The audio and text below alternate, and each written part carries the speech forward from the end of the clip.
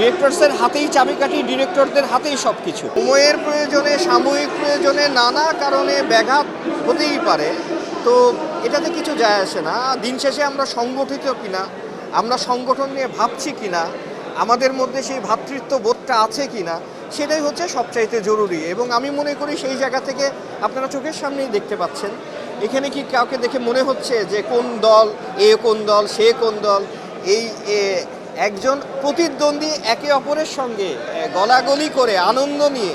সময়ের প্রয়োজনে, সাময়িক প্রয়োজনে নানা কারণে ব্যাঘাত হতেই পারে, তো এটাতে কিছু যায় আসে না। দিন শেষে আমরা সংগঠিত কিনা, আমরা সংগঠন নিয়ে ভাবছি কিনা, আমাদের মধ্যে সেই ভ্রাতৃত্ব বোধটা আছে কিনা, সেটাই হচ্ছে সবচাইতে জরুরি। এবং আমি মনে করি সেই জায়গা থেকে আপনারা চোখের সামনেই দেখতে পাচ্ছেন, এখানে কি কাউকে দেখে মনে হচ্ছে যে কোন দল, কোন দল, সে কোন দল, এই একজন প্রতিদ্বন্দ্বী একে অপরের সঙ্গে গলাগলি করে আনন্দ নিয়ে।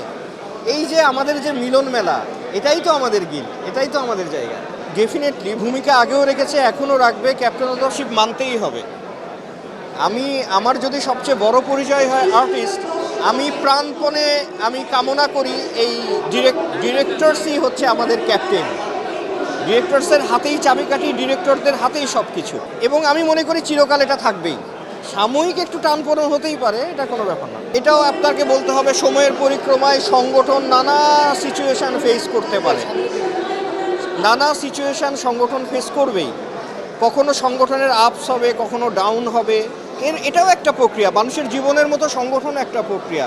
অতীতে যদি কোনো রকমের কোনো ভুলভ্রান্তি থাকে, এখন যে কমিটি আসবে সেখান থেকে শিক্ষা নিয়ে নতুন কিছু করবে, আশার কিছু করবে, এই কামনা তো আমরা সবসময় করে যাব। আমরা তো নেগেটিভ মন মানসিকতা নিয়ে থাকতে পারি না, আমরা সবসময় অলওয়েজ আমরা সামনের দিকে তাকাবো।